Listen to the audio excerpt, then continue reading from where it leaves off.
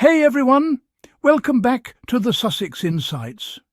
It's Adriel here, and today we're diving deep into one of the most fascinating early chapters of Meghan Markle's royal journey, her very first solo engagement with Queen Elizabeth II. It was a moment the world watched closely. A new Duchess, barely 1 month into royal life, walking side by side with the most experienced monarch on the planet. And yet, the way that day was later spun, dissected and misinterpreted tells us far more about the palace machinery and the expectations placed on Meghan than it ever did about her intentions. Let's unpack everything with clarity, fairness and context. Right here on the Sussex Insights. When Meghan married Prince Harry in May 2018, she stepped into a world overflowing with rules not written anywhere but enforced everywhere. Rules that even lifelong royals occasionally stumble over. And then came June 2018. Just 1 month after her wedding, Meghan was sent out on a joint engagement with Queen Elizabeth herself, opening the Mersey Gateway Bridge, visiting the Storyhouse Theatre in Chester and attending a formal lunch at Town Hall. It was historic, it was symbolic, it was a signal of trust. But according to royal watchers and protocol experts, it may have also been premature. While the palace presented the outing as a warm, grandmotherly gesture, behind the scenes, critics were sharpening their pencils, ready to pounce on any perceived mistake Meghan made. And they did. Body language expert Judy James analysed a clip taken at the bridge opening. In it, Meghan is seen speaking gently to the Queen, who looks away and rubs her eye.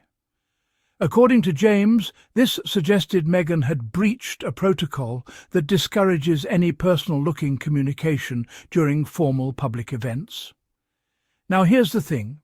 In the royal world, something as simple as whispering, leaning in, or laughing behind your hand can be interpreted as exclusionary, even disrespectful. Not because they're bad acts, but because of centuries-old expectations.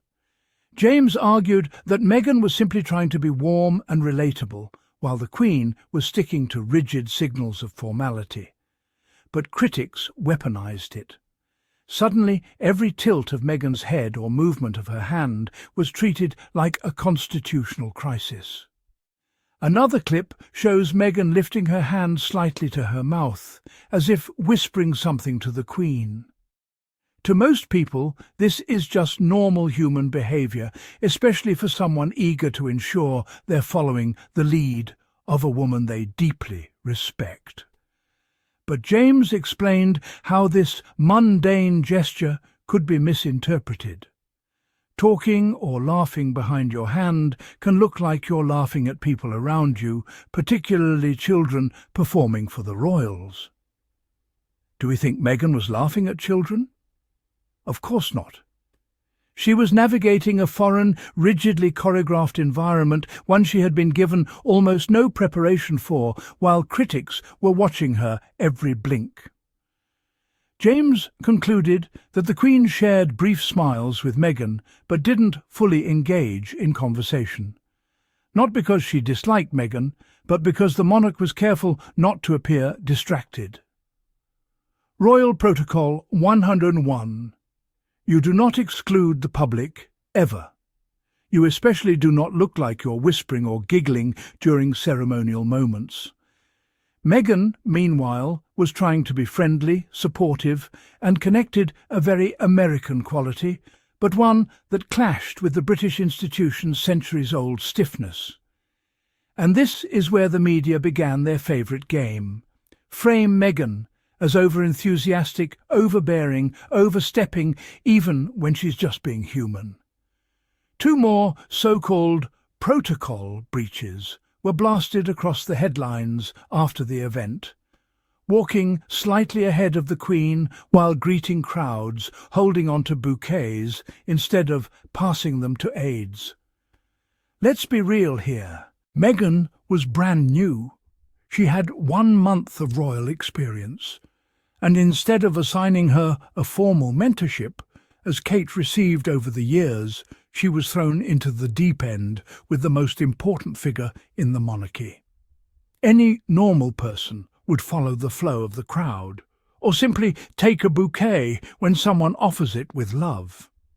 But to the tabloids, these became cardinal sins. The truth? Even seasoned royals occasionally slip up. But only Meghan was treated like a criminal for it.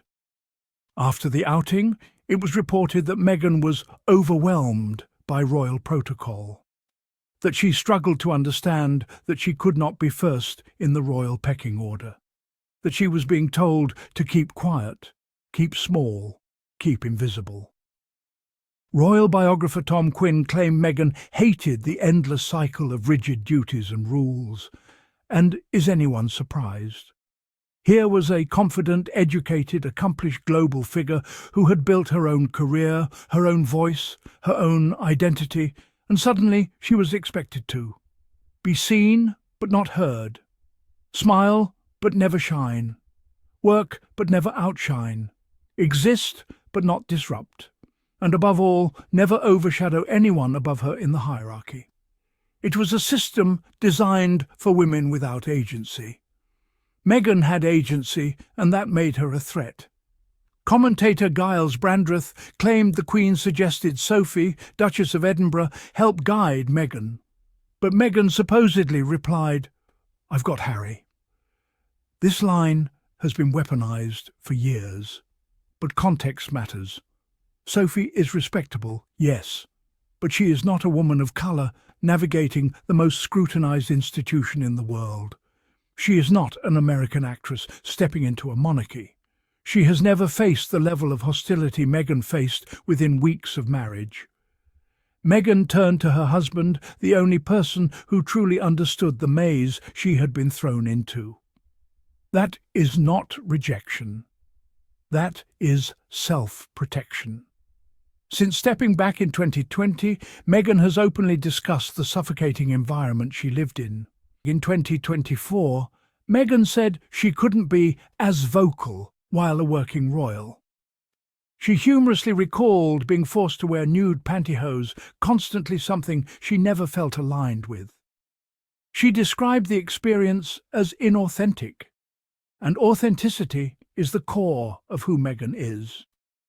You can't take a woman who built her entire advocacy, her entire career, her entire sense of self on authenticity, and then expect her to shrink into silence and conformity. Let's be honest, sending Meghan on a solo engagement with the Queen 30 days into royal life, with no structured guidance, no clear support system, and a media waiting to attack, wasn't a gesture of welcome. It was a test. A test Meghan was never meant to pass. They needed headlines, they needed hierarchy, they needed someone to place blame on.